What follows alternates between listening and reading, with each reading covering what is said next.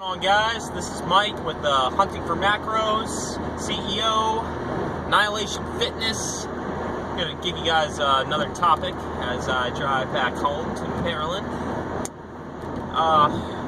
Why I reverse diet and why I don't go on an all-out bulk. You know, a lot of people will say, you know, in the off-season, that's the time where you want to grow, you want to get bigger. It's, you know, you don't really need to be as lean as you want to be.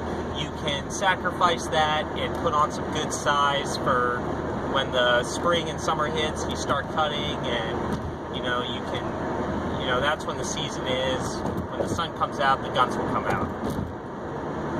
So, why do a lot of people, and including myself, like to reverse diet instead of go on, you know, an all-out calorie surplus?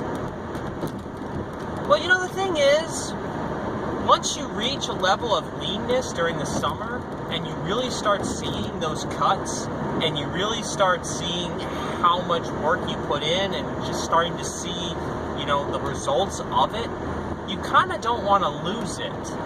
But at the same time, though, you do want to make progress, and you know that you can't be a certain leanness forever, because it's not healthy to necessarily be, you know, as lean and, you know, shredded. It's not healthy. You know, stepping on stage, I mean, those guys are just looking that way for that particular event. It's not healthy to be that dehydrated and have your carbs and calories so low. You need to start eating normally. Your body needs to have some fat on it, and it needs to be holding on to some water. So a really good idea, what you could do, is reverse diet, which is exactly how it sounds. You're dieting in reverse. So pretty much each week, you start adding in a little bit more calories, whether it be carbs or some fats, or maybe you know, and also you might lower your protein if your protein was really high during your diet. Basically, you just upping your carbs and fats at a slow rate so your body can kind of get accustomed to the more calories and not get shocked when you start feeding it more. And in the process, since your body starts getting accustomed to it, you can kind of also maintain a certain level of leanness, and you can also keep your six-pack, which is great. It's motivation because, you know, as you're getting bigger and as you're getting stronger and you're still seeing that you have a six-pack and some shreds, you start feeling really good about your progress ahead, and knowing that when you start cutting again, it's not going to be that big of a deal.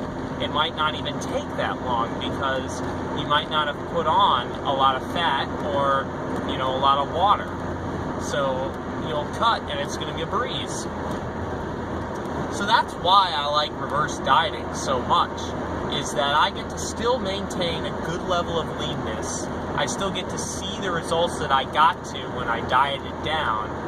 And in the process, I start eating a little bit more. I start getting stronger in the gym. My workouts start getting better. And I mean, the process is much slower. It really is, because, you know, it doesn't make that much of a difference when you're adding, like, say, 5 grams of carbohydrates, you know, each day for in the next week. You know, like a total of maybe 35 extra grams of carbs per week. But at the end of the day, I mean, you're taking that slow, steady approach. You're still getting stronger gradually.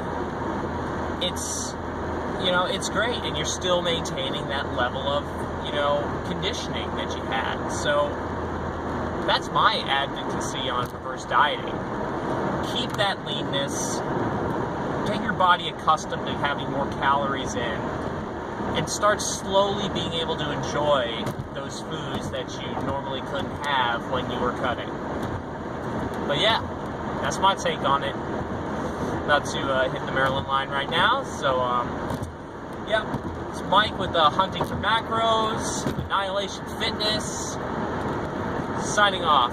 Guys, have a good one.